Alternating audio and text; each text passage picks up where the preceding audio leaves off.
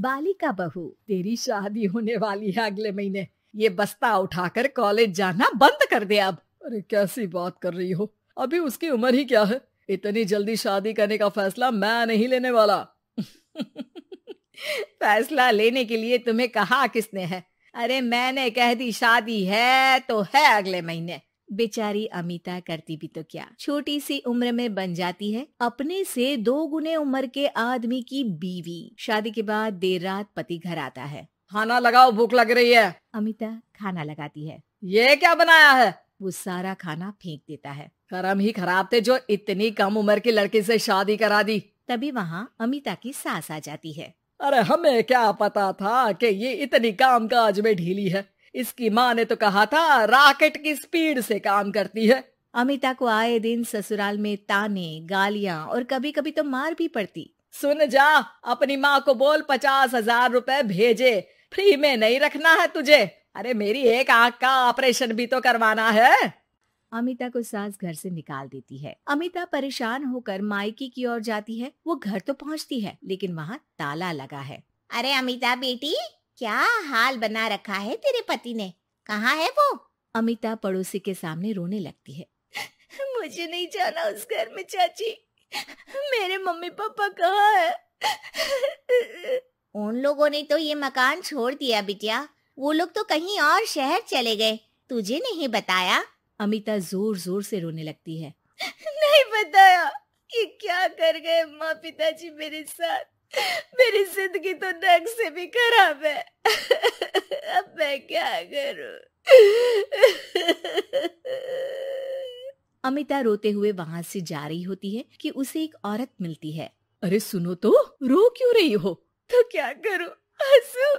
अमिता उस औरत को अपनी सारी कहानी बताती है। देखो, मेरा सिलाई का काम है। अगर तुम चाहो तो मेरे साथ ये काम कर सकती हो। बदले में मैं तुम्हें रहने की जगह, खाना और 1 दिन का 100 रुपया भी दूंगी।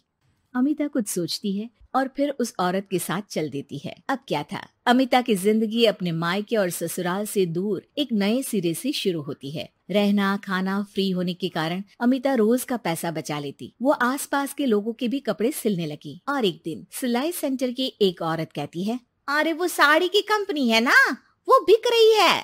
पास बैठी अमिता सारी बात सुन रही थी।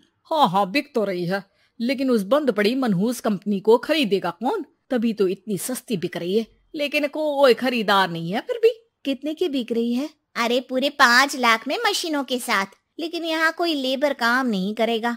पुराने मालिक ने किसी को पैसे ही नहीं दिए। उन लोगों ने कहा है कि जो नया मालिक आएगा वो लोगों को पैसा देगा। 5 लाख। अमिता घर आती है और अपने पैसे गिनती है, पूरे 3 लाख। अमिता सिलाई सेंटर वाली उस औरत के पास जाकर कहती है, चाची, मैंने इतने साल की कमाई में ये पैसे जमा किए हैं, पूरे 3 लाख है। वो बंद साड़ी की फैक्ट्री मैं खरीदना चाहती हूँ।